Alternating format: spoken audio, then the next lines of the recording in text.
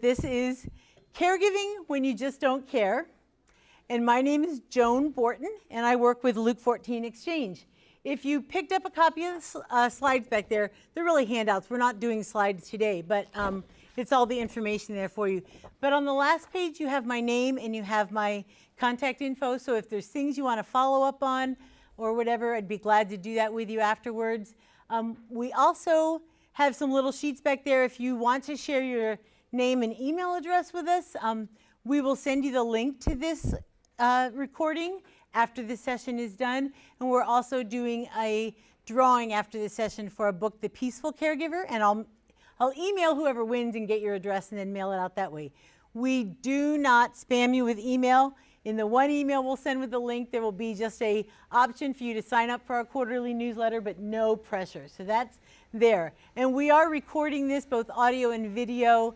My thanks to my friend Ryan Rouse, who works with Lift Disability Network, who came to do that for us. And then the other person to introduce you to is this handsome guy rolling forward now. This is my husband, and he's the reason I'm a caregiver. He was born with cerebral palsy, and we've been married almost 27 years, but you'll hear more about that. So how many of you here are family unpaid caregivers? That's what I kind of thought. Everybody probably would be in the room. Anybody also still work as a paid caregiver for somebody else? Yep, I was just one person so far, but I was just watching a presentation yesterday that talked about how most direct care workers and other personal care attendants often are family members of people with disabilities because we need some more pay and it's what we know what to do. So thank you for wearing that dual hat, even though I'm sure it's hard. All right. Well, there used to be a band called 10th Avenue North, and I really resonated with one of their songs. The title of it was Worn. A few of the words said, "I'm tired, I'm worn, sometimes before the day even begins." Can anybody relate to that? Tell me I'm not alone as a caregiver, right? Yeah. We can be very worn and exhausted before we even start out our day. And that's why when I first saw this character on Facebook, I had to write to the artist and ask her if I could get permission to republish it, and she said yes. So some days, wearing the Superman cape and taking on the world, I can do it all. But other days, that cape is a perfect place to hide underneath and hope nobody really sees me. But honestly, more of the time, we probably live in between these two. We're not as much the superhero, and we're not always as underneath the cape as we think we are there. I've been both a family caregiver, as I mentioned, for my husband. I've also been a paid caregiver in group homes. I lived with a lady with quadriplegia before I married. So I kind of run the gamut of all of those things. And we need both of those roles. And we all know that we encounter all kinds of emotions and experiences as that. But you know, like you know so well, when I was a paid caregiver, if I got sick, I called my manager and she found somebody to cover. If I wanted to take vacation, she found somebody to cover. And here, as a family caregiver, as Jerry is fond of saying to me whenever we're out, at the end of the day, you get to take me home. Isn't that my prize for being a family caregiver? No, it's a great thing, and I really do enjoy most days being able to take him home. And I know while I've been caregiving for 27 years, and it seems like a long time, many of you have been longer than that, with 30 years, 40, 60 years maybe caring for a sibling, parents, or children of your own or another spouse.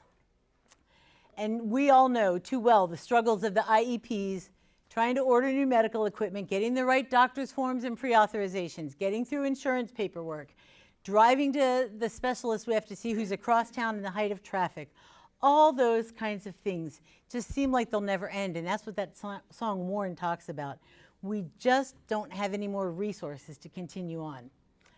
But just a little teaser here, I'm not going to be able to give you the whole song, but I would encourage you at some point, not during this session, but later, to Google or YouTube Warren by 10th Avenue North and listen to all the lyrics. I'll tell you, it doesn't just tie everything up in a neat, happy bow at the end, but it does remind us that there is a future where those things are going to happen, and we have a future that can be hopeful and look out. So we're just going to talk a little bit before we move on to some of the ways to cope with when we feel stressed. We're going to talk about some of the things that we encounter that cause some of those stresses. And I would also just like to point out, in case anybody's feeling this way or anybody who might see it later, when we feel stressed or ready to give up as a caregiver, it does not reflect on the way we feel about the person that we're caring for. And I think sometimes we get that mixed up in our head, and people might think, well, man, Joan doesn't value Jerry anymore or really want to spend time with him if she's looking for attendants to come in so she can have some more times and get a break in the day. It's nothing about how I feel about him or my love for him. It's what's going on in my life, and I need some space and to do that. So I understand, even if you tell me your war story of being so worn and tired, that you love the person you care for. And you would not want to probably trade places in anything. You'd just like a little help sometimes to be able to do that. You know, we talk about how people wear their feelings on a sleeve, or on their, wear their emotions on their sleeve. I think we often wear them more on our t-shirts. And so besides that t-shirt that says I'm a caregiver living in an impossible world, I enjoy wearing this shirt that it may not, Jerry, I might need you to hold that open there, but that says that I'm a proud wife. And most often I am. Now, many of you may be proud wives and maybe don't have a husband you're caring for. But I'd like you to take a minute and think, what would your proud be? Proud husband, proud mom, proud daddy, proud aunt, proud sister? And just kind of think of yourself as wearing this shirt with your title of who you're proud to be associated with. But as we all know, we've acknowledged, we don't always feel prideful or proud about that life at times. So I want to just talk about some of the things. We're not going to camp out on the negative feelings because we know them all too well. But I think it's important that we acknowledge them, that they happen, and so that we don't feel like we're just this really odd person out. So I don't know why I started with this one first. Maybe it's what I was feeling at the time I was writing my notes. But sometimes instead of proud, I'm a burned out wife. Not burned out being married to Jerry, but I'm burned out being married to somebody who needs my care quite often during the day. It's just, I've done this over and over, and I'm done for at least a time, I feel like. Other times, I'm a depressed wife or a depressed caregiver because it's just like, I'm tired. I don't have time to do all these kinds of things. I just need a change of pace. You know, it's just a feeling of being sad and a loss of interest in wanting to do things. There'll be days where I'll just maybe spend the majority of the day that he doesn't need me out on the hammock because I just don't feel like doing anything more, and I have a mild case of depression. If it continues longer, it might be time to seek some professional help, but we all hit these from time to time. Beyond being those, sometimes I am a tired wife or a tired caregiver. I always, probably like you guys, I am the first one up in the morning and the last one to bed at night. If there's a sound in the middle of the night, I'm the one who gets up to check on it. It's all the same as what you do. I don't have to tell you those new things. But some days it can just be wearying. And it's going to stick to me. I guess I really am. But you know, I think it's helpful I see heads nodding. I think it's helpful to know that we're not alone in these feelings, because caregiving can make us feel like we're all alone. And we're really bad if we experience any of these. And we're not. That's why I want you to know these go through all of our minds from time to time. Has anybody ever felt like a hopeless caregiver in your role? I don't know what I'm going to do. There's no services available for them once they become an adult. There's nobody who can provide respite, and my other child's getting married and I want to give my time to them, or, you know, all kinds of other reasons that we may feel hopeless. But I can assure you there is a future that has hope, and the 10th Avenue North song will tell you about that one. Some of you, thankfully, I don't get this too often with Jerry, though we have what we call the rule of threes. If he's repeated the same story or joke to me 3 times, he's got to give it a break for a while. And that's only because he loves humor. But it's not because he forgets. But I can get bored, like, really? You're telling that story again? Or I have to hear that video playing in the house because it's the only video that my kid will watch and keeps him from screaming or running out, or whatever else might be your normal. We get bored doing that. And we're all human. So sometimes we feel like a caregiver who doesn't measure up. Everybody else in the world is doing a better job. My caregiver friends over here, they never cry, they never get frustrated, they never lose their temper. Well, that's probably not true, but that's how I feel when I see them.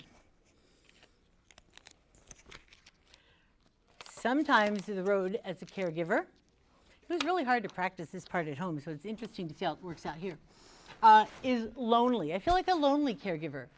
There are days when Jerry's fighting an infection or he's had a really rough period of time and he needs some extra sleep, where he may only be awake, seriously, like 3 to 4 hours a day.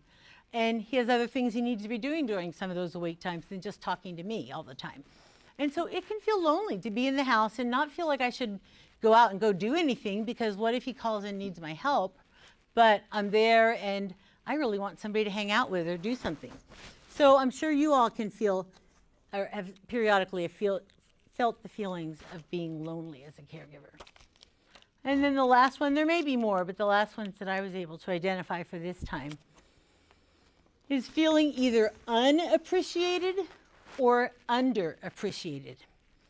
Maybe the person that you care for isn't able to say thank you or I love you, or maybe they can, but they've just never thought about it. Or maybe it's like that old joke you might have heard about marriage. I told you once I love you, and if it changes, I'll tell you. Well, it's kind of like, I told you once thank you for helping me, and if it ever changes, I'll tell you. Well, as caregivers, we want and we need more. Thanks, Jerry. I think we're going to put this just down on the floor because it's just not quite as stable as I had wanted it to be there. But that's okay.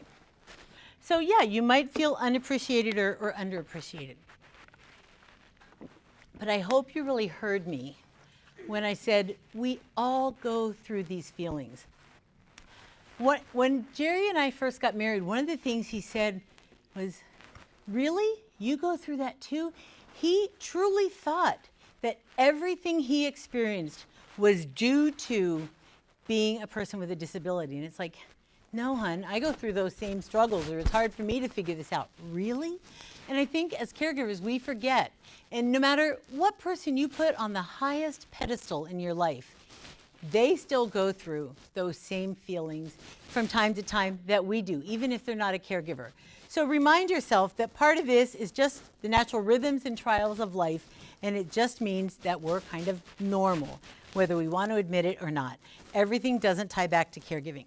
But when these feelings start to morph into all I am is a caregiver, nobody even notices me, and they stick around and we just feel lost and that nobody sees us and we don't know how to go on, that's when we can become somebody who doesn't really care very much as a caregiver. And I'm sure every one of you could tell me a story of when that happened in your life. And honestly, I would love to hear them after this session sometime. On the last page, again, you have my contact information. One of my greatest joys is being able to sit with caregivers and listen to their stories, or be the place where they can call and go, "Can you believe what happened? Nobody else would think this is honestly true." And just to be able to listen and laugh with you or cry with you or pray. So feel free. If you have a story you want to share anytime, you just give me a call. But for now, I'm going to tell you one of our stories that brought us to this point. When my day ended that Saturday, I wrapped up an event that was one of the largest events that we did all year. It served several hundred people, and I was just exhausted. I had taken months to prepare it. That same weekend, Jerry went away to an out-of-town city for a conference, and he took a friend with him to be his caregiver and attendant. I got home probably a little bit after dinner Saturday, and I just went to bed and collapsed because I was so tired. Jerry came in sometime between midnight and early hours of Sunday. I don't know what time it was really, but he was tired too. And the friend, when he brought him home, said, "I'm so tired. Can I leave the seat in the van? Because our van, either one of us can drive." And Jerry said, "Oh yeah, that's no problem. Joan will get it out in the morning. That's no problem." So they left the seat. His friend went home. Jerry came in and went to bed. Well, I got up the next morning. I had to get up early because my mother, who also was in her 9th year of living with us, was going away with my sister for a couple weeks. And I needed to say goodbye to them. So I got up, I said goodbye. I quickly got back into bed, and when I crawled in bed, the dam just broke, and I began sobbing and crying. Not only did I realize how tired and exhausted I was, but I realized now that my mom was gone for the next 2 to 3 weeks, it was going to be good in one way because I didn't need to provide the companionship. She didn't need physical care, but she needed a lot of emotional and companionship care. But she did a lot of the housework. She did our laundry, she mopped the floor, she did all kinds of stuff, which, you know, most of us would kill for. And I don't have her anymore, and I'm sad for some of those reasons as well as many others to miss her. But I realized not only am I exhausted, but all those household duties are gonna fall on me again now. How am I gonna do this? So Jerry woke up to me sobbing and he said, "Sweetheart, do you know what's wrong?" And I said, I'm shot. I can't do anything. And let me make sure I said the right thing. Yeah, and so he held me for a little while as I wept. And then I said, or no, he said, with all the love and compassion he could muster, which was really truly there, "It'll be okay, sweetheart. We're in this together." And he kind of patted my arm. Oh my gosh, that was the wrong thing to say at that moment. It's like, sure, it's okay for you to say that and feel that. You know, eventually I'll get up and get your butt out of bed, but who's gonna take care of me? And he looked at me, and later he told me he thought, oh no, she's right. But he's like, well, I better just be quiet for a while. So I did eventually get up, get him out of bed, get him dressed. And as I did that, he said, "What do you want for lunch?" I made it clear that I didn't really care whether he ate or I ate or what we ate. So he said he'd take care of lunch. Well, then he picks up the story because I had fallen back to sleep. He tells me that he put his coat on. We were living up north, so it was cold. He went to get in the van to drive to the store, and there was the seat still in the van that he figured I would have taken out in the morning. But of course, I was in no condition to do that. And there wasn't anybody around that he could see in the neighborhood to help him out. So it was before the days where you could order delivery food by credit card. You had to have cash. We didn't have any cash in the house. So he did the only thing he could know as a caveman, foraging for his family. And he rode uptown in his wheelchair, about 1.5 miles uptown, up the hill, to Wawa. Now, if you've never been to Wawa, it's the best convenience store in the world. Make sure you go there. But he went to Wawa and he loaded up on anything that was salty, sweet, chocolate, sandwiches, anything he could get in bags. I think he had 3 or 4 bags that he carried back home with him after that. He opened up the door to our bedroom. I had no idea how long he'd been gone. He tells me it was about 1.5 hours. And he opens the door to our bedroom and cautiously kind of comes over to the bed and tosses the bags of food on the bed, kind of like he's going into a lion's den, you know? And he says, "You eat anything you want. You can have it all if you want to. I'll figure out something for myself later." So I was like, I don't think I said anything, but I did after he left, went through the bags quite a bit, and I don't think salt and sweet and all the other pieces ever tasted as savory and as good as they did that particular day. And I don't really remember what happened after that, except I probably went back to sleep and he probably ate, and something happened because that was probably 20 years ago now at least, and we're here. So we made it through that, but I can tell you honestly that day, and probably a day or two after, that was a day as a caregiver that I did not care. I still loved my husband, but I didn't care how his needs were going to be met because I just couldn't do it anymore. Well, we realized we made it through that one, but we can't continue to let that be a pattern in our lives. So what can we put in place to develop some strategies to keep us from getting to that point and noticing that it's happening some? So there's 10 or 11 things we did. They may not all work for you. Maybe only 1 or 2 will work for you, but hopefully it'll give you a starting off point, a launching point to something that might work for you. The first thing we did was we learned to keep well supplied. And by that, I mean there were 3 things we kept well supplied. One was cash, so that we could buy food with delivery if we needed. We also were living up north, and if it snowed, we needed somebody to shovel the sidewalks or whatever, like, okay, here it would be maybe clearing trees after a hurricane, but we kept enough cash in the house that we knew that we could get help if we needed it from somebody. The other thing we did was to learn what are some of the things that, especially for me as the caregiver, bring me some joy, that would be good to have around, that would perk me up, even just a few minutes when I needed it. One of the things for me is cut flowers. If you come to my house, you'll most often see a vase of cut flowers because they just make me happy to see something bright and cheery. There's certain kinds of chocolate that will do that to me as well. And we keep those, and I try to keep them stashed away, but honestly, it's really hard to keep them hidden if you know they were in the house. but I try to do that. And then the third thing we keep well supplied are phone numbers. We had not probably lived in our neighborhood all that long when that situation occurred. We had new neighbors across the street. We hadn't really gotten to know them very well yet or know their numbers. My mom had just left, my sister had just left. So Jerry didn't really have a ready supply, and the one guy he might have called was the guy who brought him home at 1 a.m. and was probably still sleeping too. So we learned to keep a list of phone numbers in his phone handy. Like as soon as we moved into our new neighborhood down here in Florida 4 years ago, we got phone numbers and started entering those puppies in his phone. So there's some options of people to call because people want to help, but they don't know how. So if we can tell them, this is what we need. So we keep well supplied. The second thing is we try to build margin. And I know as a caregiver, you might hear that and go, oh yeah, that's the same old thing I'm always told to do. But let me tell you how we do it. We do it in a couple little ways because we can't always plan a big time to get away. One, I used to, when Jerry would call me, I would jump up from whatever I was doing and I would run to see what he needed and I would take care of it right then. Then I'd get back and think, now wait, what was I doing before I helped him? Was I working on the grocery list or was I worked from home too? Was I at my computer? Like I really couldn't think what I was supposed to be doing. So we talked about it and I learned to say, are you okay waiting 5 minutes or can I wrap up this page that I'm reading? Can I do whatever? Now, I know with some of your kids that may not work, they may not be able to process that, I get it, but if there's somebody else who, even another kid, could you say, could you go help them for 2 minutes and then I'll be there? But something to give just the teeniest little bit of margin into your life and your schedule that will let him know that he's still safe and I'll get there when I can.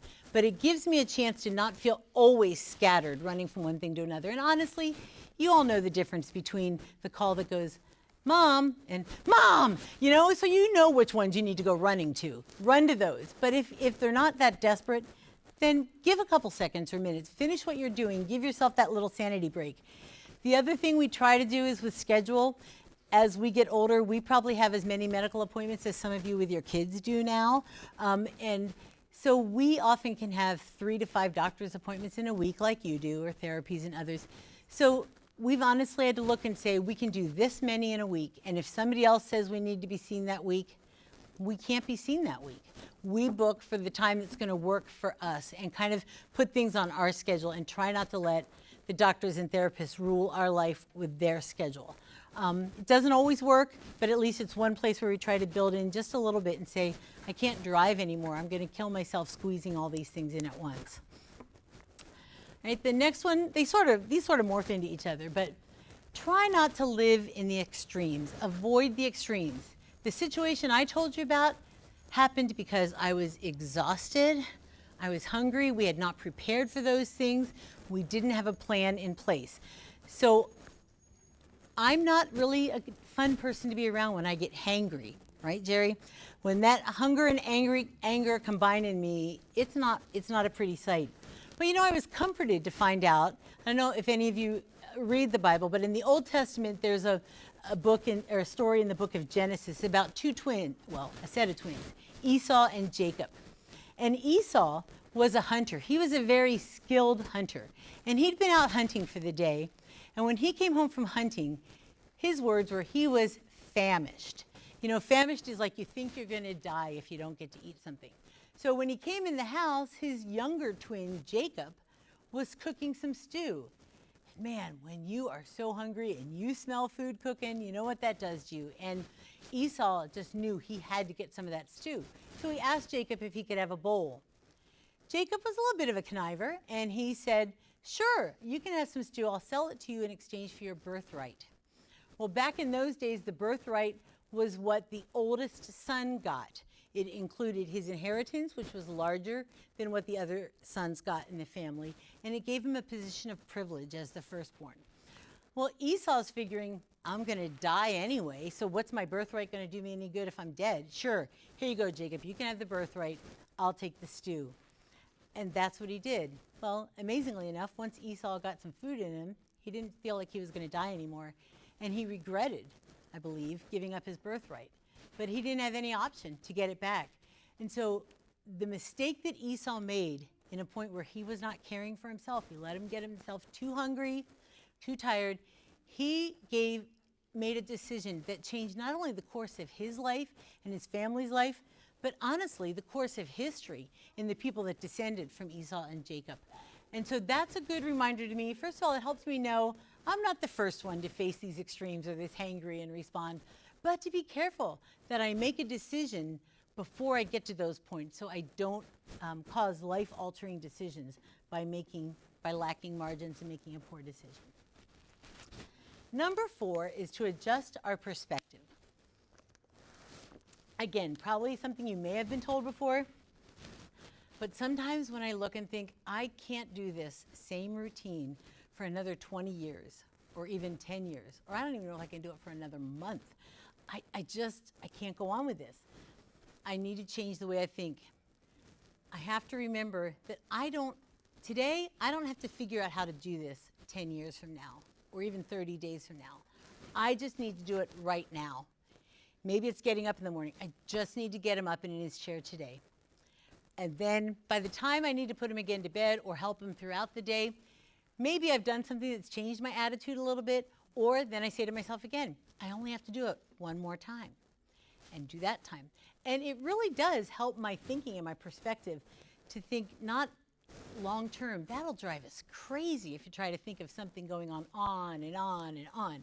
So being able to have some places in there to look that it's sort of a temporary thing for now and I'll be refreshed to try it again, to do it again. If you're a person of faith, this is a good time to follow on your beliefs and to ask your God to carry you through and to teach you his ways. The other ways that I adjust my perspective, and I don't mean to sound morbid in this, Jerry and I talked about this, and he was fine with me saying this. There will be a day when I will not be a caregiver. And I don't know whether that's going to be because I'll go first or he will. But someday I won't be a caregiver. And I don't want to get to the end of those days for either me or him and think, what a grumpy, grouchy caregiver I was. I loved my husband, but boy, I sure didn't treat him very well. Maybe I treated everybody else around me. I work with other families with disabilities. I will treat you guys to the nth degree. And then I go home and I'm a grump with my husband. No, I need to remember that it won't always be this way. And so I'm going to invest the time in him now while I can so I don't regret it later also. And so that he has a great life. And this is just a little rabbit trail, kind of you get free for the price of admission here. But that adjusting the thinking goes beyond thinking timing and caregiving. It doesn't matter how open of a concept house we have. There are always going to be marks in the wall, in the doors, in other places where his wheelchair has bumped into something. And I can keep our handyman really well supplied and funded for vacations with all the times I call him out to touch up paint or repair this or repair that.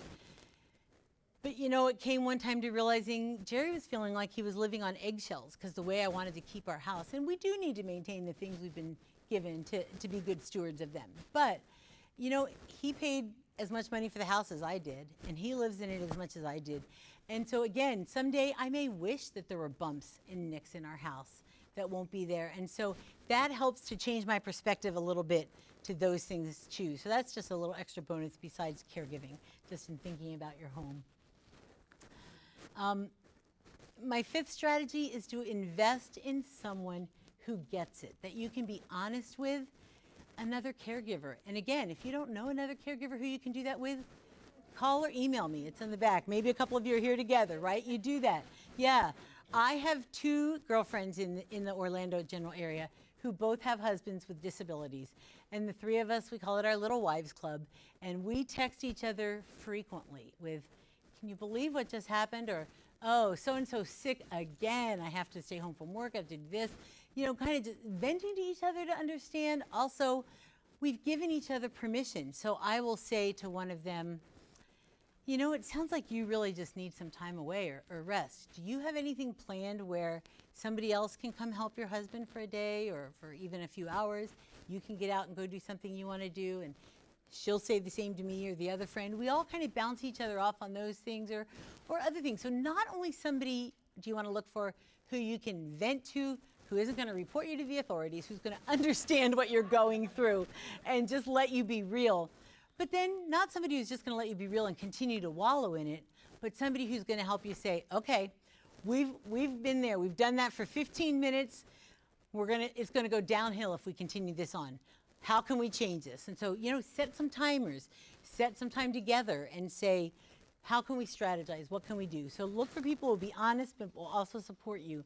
And I didn't know if there would be anybody here who's not a caregiver, but if there are people like that or who might have come in late, if you're that friend for somebody, please take us seriously. We really mean it when we say we need somebody to just come by or bring us a cup of coffee or do whatever. Number 6 is to adjust our expectations. When Jerry and I were first married, we went to a marriage conference, and one of the first things the speaker said was, life wouldn't be so hard if we didn't expect it to be so easy. And that was kind of like an aha moment for us. And we've repeated that so many times over the years. But if we think our life is going to be super easy and just a bed of flowers all the time, it's not.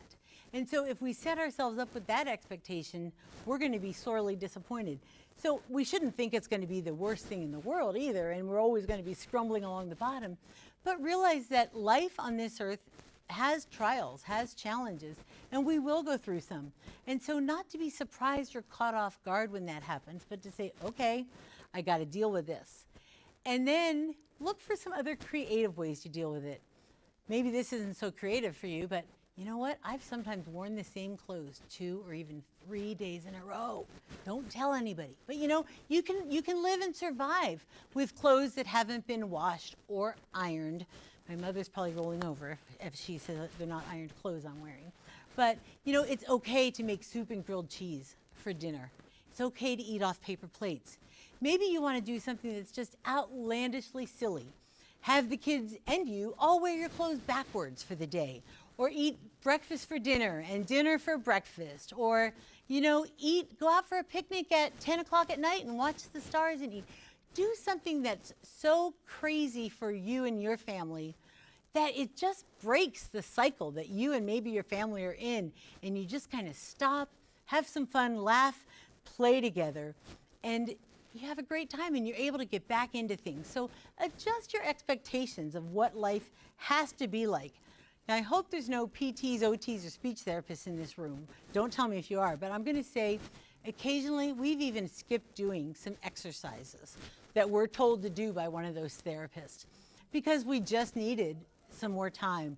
Or maybe we didn't even do anything really great with that time. Maybe we watched a movie and just kicked back and relaxed instead of doing range of motion or whatever else it might be. I know we don't want to do that all the time, but nobody's going to go to therapy as an adult because you let them have ice cream once instead of doing their therapy exercises. Okay, so do things that'll just make life fun. Adjust your expectations. And this is the one, I want to be careful when I say it, because as soon as you talk about the word break, everybody goes, oh, I can't take a break, there's nobody else. But I want to encourage you to explore options to take a break, to get some rest. And the little side commercial here, my friend Linda's sitting over here. Wave your hand, Linda. Linda's doing a session in this very room tomorrow morning at 9:30 called Rest. And I've taken it before, and I've talked with her outside of the sessions, and we've met, and she has some really, really great ideas and valuable information. So again, Linda's probably not going to guarantee that you're going to be able to walk out and go to sleep right then and sleep all day. But go and learn from her some of the rhythms of rest that we can put into place that help in our life. Beyond what Linda will tell you about tomorrow, try to develop a system for something, whether it's an hour of Fred, a day of Diane, or we sometimes call it a weekend of Joan. And we did a weekend of Joan. Jerry would call some guys. Sometimes he had to call a number of guys, but get some guys who would come over and do his care for a couple of days and let me go stay with a friend or go to a hotel, binge on puzzling or crochet, knitting, or whatever I wanted to do by the pool. And that was called the Weekend of Joan. We didn't talk to each other very much, or maybe at all sometimes. And I just got to get a break and do that. Now, as we've both gotten older and as Jerry's care needs have changed, it's been harder for me to get away. And I know for many of you, thinking a weekend would never even be possible. But seriously, start with an hour if you can. Even just an hour while they're at school, and say, I'm not going to make calls during this hour. I'm not going to do laundry. I'm not going to clean the house. I'm going to go read that book I wanted to read for an hour. Do Start little. It doesn't have to be a big thing. Start little. Give yourself a break, however you can do it. And you know, maybe you won't be able to do it even for an hour yet. That's where it comes down into my next strategy, number 8. Look for those 1 to 5 minute break opportunities. I keep this little laminated sheet on my fridge that says 50 ways to take a break. And it has things like call a friend, let out a sigh. We all have time to let out a sigh, right? Turn off electronics, make some music, climb a tree. I'd probably have to call for some help if I tried that one. Let go of something, view some art. What else? Take deep belly breaths. All kinds of ideas. You're welcome to come look at it, and I could probably even copy that in and email it out to folks afterwards if you'd like. But look for things that would give you just a 1 to 5 minute break. You might not be able to get out of the house, but could you go out on your patio and watch the animals that might be in the back of your yard? Or could you seriously just watch the clouds float by and see what shapes you find? I enjoy doing that. Sometimes I just grab out some coloring, and I'll do that for just 5 minutes. I might even set a timer saying I only have 5 minutes, but it gives me just the smallest amount of time to invest in myself, to remember that I still have to get some breaks for me. And it gives me a chance to refresh, to go back to serving my husband and some of the other people that I serve throughout the days there. Number 9, a few years ago, there was a phrase that always went around saying, it's not about you, it's not about you. And that's true, life isn't all about me. But in part, life has to be about me in some part, and it's also about you in some part. So when we put ourselves so far down the totem pole, as it were, and we don't do anything for ourselves, I'm really not a very good caregiver. I'm also not a very good friend. I'm not a very good neighbor to people because I'm just shot and worn out. So remember that life, it's like they say on the airplanes, you'll put your own oxygen mask on first before you help somebody else. You need to do that. So you need to find some kind of way to give yourself a little spark. One mom told me one day that she was out driving around, her daughter fell asleep in the car, so mom decided, I'm stopping at Dairy Queen. And mom got whatever her treat was at Dairy Queen. Well, the daughter woke up sometime thereafter, saw the Dairy Queen cup in the car. As you might imagine, daughter was not very happy that mom had Dairy Queen without her. You know what? This mom told me she felt no guilt. And I was like, kudos to you, Mom. She's like, I just needed to do something for me. And you know what? Let me erase that guilt from you. Jerry's an ordained minister. Sometimes he'll tell people, I can absolve you. He can't really. But, I mean, really, you don't have to carry that guilt, okay? It's not, you can do something that's for you and not for your kids. Maybe you need to think about the next time you say, okay, we've got a tough night or tough schedule, we're going to grab something quick for dinner.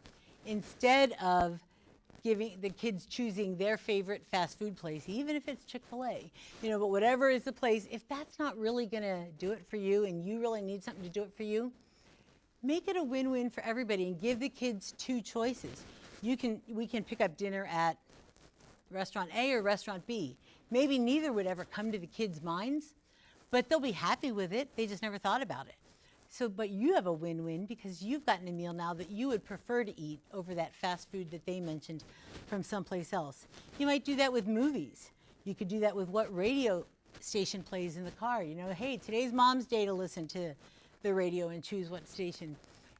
Not only will it help you to have a little bit of time that's about you, even if it's not a break, but just something where there's some focus on you, it'll help your kids and your spouses learn that you have some needs too, and that we all need to work together in family to make these things happen. All right. Number 10, I love this one. Live in grace. Grace sometimes can feel nebulous and you wonder, what does that really mean? Well, a good definition of it is courteous goodwill. The first person, if you don't exercise grace to anybody else, I want to ask you, please think about a way you can exercise grace, courteous goodwill to yourself. Okay? Even we stopped in a family restroom here today and took care of needs, and then I'm looking in the mirror and I'm like, oh man, I wish my session was first thing in the morning because my hair looked really good this morning. Now it's fallen and this piece is doing, and Jerry said, you know, if I'm ever speaking, don't tell me that on the way to a session. He said, you need to stop thinking that about yourself. What do you got out there for, you know? And he was right. I needed to exercise some grace to myself. And, you know, you guys are caregivers. You're gonna be good with me no matter what way my hair goes on that. But see, it's not easy to be graceful toward ourselves, to say, I messed up and that's okay. I can be fallible. I can make a mistake and I'm gonna move on. So share either with your trusted confidant, write in your journal, go out to the open sky and confess your failure, whatever it is, and then live in grace and say, I'm gonna put that behind me now and I'm gonna move forward. You can also let go of that guilt and live in grace when you look at other caregivers, when you think, oh man, I have so much more of a need for a break than they do. They can be the Energizer Bunny. They can go on and on and on and never need a break. And I feel like every day I need to take a break. We've all heard about comparisons, right? It's somebody's apples to your oranges. You can't compare. You're looking at the worst parts of your life and you're comparing it to what you see as some of the best parts of their life. And they are never going to measure up. So exercise grace and realize that your friends may not be doing as well as you think they are, and you are probably doing better than you think you are too. Then we also need to exercise grace to the people that we're caring for at times. Jerry and I don't fight very often, but when we do, they're pretty intense. We're both pretty strong-willed people, but they're short. Well, and we always have tried to reconcile before we go to bed that night. There was one night, there was no reconciliation on the horizon. We had no clue how this was going to work. Today, neither of us could tell you what it was about. We don't remember. But the last thing I wanted to do was put him to bed that night. I didn't care if he stayed in his chair. I didn't care what happened at that point. But I did put him in bed. And the next morning we talked and we were able to resolve whatever the situation was. And I said to him at that point, you know, the only reason I put you to bed last night was because God told me I had to. But he told me I didn't have to touch you or look at you after that. But then his reply was, the only reason I let you put me to bed was because God told me I had to let you put me to bed too. So, you know, we were able to talk about it, we laughed, we forgave each other, and we moved on. But you know, we gotta have grace in our caregiving situations that, okay, yeah, I'm sorry, I probably shorted you on time and I skipped doing these things because I just wanted to go do whatever. And so exercise that grace to yourselves, to others. And then the last one ties right into that. Recognize that there's not really a right or a wrong way of caregiving, okay? Everybody does it differently. When my dad was in his last stages of life, my sister and I both cared for him. And sometimes we would kind of get on each other's nerves.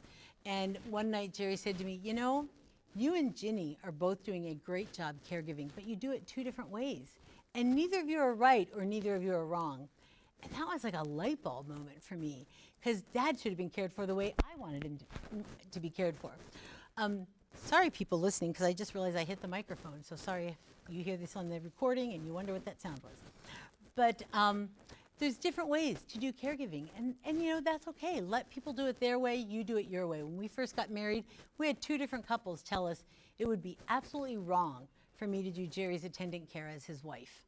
You know, and we knew others who did it all the time. It's really, there's personal decisions you make in that, and what's right for you isn't right for somebody else. So that's another good place to exercise grace. Now my last couple paragraphs I know may not apply to most of you, but I'm still gonna say it because maybe you can help others in your community understand. I have just a short section that I had for friends who aren't caregivers but want to know how to support us. So this is what I would say to those people, even though I think all of us here are caregivers. Many years ago, when we were still living in Philadelphia, there was a disturbing news story. A mother took her 21-year-old son with cerebral palsy, laid him on a blanket by a creek in a park, put a Bible on top of him, and left him there for a week. Thankfully, he was found alive, and he was treated, and he's in the care of people in more extended parts of his family. But, you know, we hear stories like that on the news still sometimes, and people's reactions are, how could she do that? No mother should ever do that. And you know, I agree. It's an enraging story. Nobody should ever do that. Nobody deserves to be that mistreated. But I always feel like I'm kind of the standout because I also have some compassion for that mom, or from the others too, because I think, who is there to help that mom? She started her caregiving journey 1 year before I started mine. So I knew what it had been like for her to some degree, and her son needed more needs than Jerry does.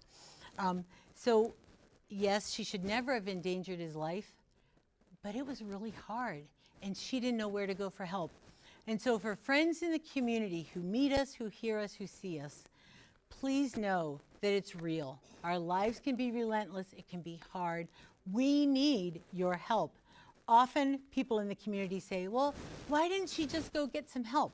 Like they think we dial up some office at the state or our county, right, and say, I'm gonna need a break today, so could you come get my kid up from school, or you know, whatever. I mean, people are stymied when they find out that we don't just have all the services we should want. They think it's that we say no to services. So I want people in the community to understand there's not a lot of services out there. And if there are, it's a full-time job to get those, let alone doing the caregiving while you're also trying to get those services. And then it's one of the lowest paid jobs, and so people don't often stay long, etc. Again, I'm preaching to the choir right here. But these are things not complaining wise, but we need to help educate people in our community when we talk about our needs, to understand we're not just overlooking things that could be made available to us. We really are doing the best we can with what we have, and we need to let our friends know that we need them to come alongside too.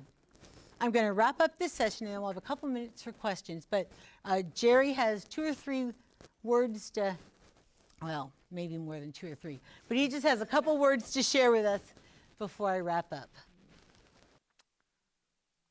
I've been disabled for 62 years, all of my life. There was a pretty decent part of my life where I was able to do almost all of my care. But I have to tell you that all throughout my life, I've been dependent on caregivers. I've been able to speak all over the country. I've been able to do ministry for almost 40 years. Lots of opportunities that happened because somebody was willing to do my care. Whether it was my parents or my siblings, an aunt, an uncle, a friend at college, even occasionally somebody I didn't know who just volunteered. Here's the deal. As I get older, I realize that I don't think I really understood the gift that those people gave me. I don't think I appreciated them enough. So, this is what I'd like to do, if it's okay with you. Your child, spouse, the person you care for, whoever it is, may not really fully understand what you do for them. And if they do understand on some level, they may not think to say thank you, or the time may come where they're not able to articulate the words thank you. So, would you do me the honor of letting me say thank you for them? I want you to know that your caregiving is being seen, that you are not alone, that you're not the only one, that what you do, that what you do matters in ways you may never know. So I want to thank you for caring. I want to thank you for caring. I want to thank each and every one of you for caring. Thanks, Jerry. Yeah. Thank you. And thank you all for joining us today too, in addition to being a caregiver. I think we had enough handouts. If not, let me know and I can always email you some. And then I think I mentioned that we'll do that giveaway, and we'll also can send the link out to the presentation if you'd like it. Just drop us your name and email back there. And We'll be around if you have any questions or need to talk or whatever, or else whenever you want to, you know where to find me. Thank you for coming.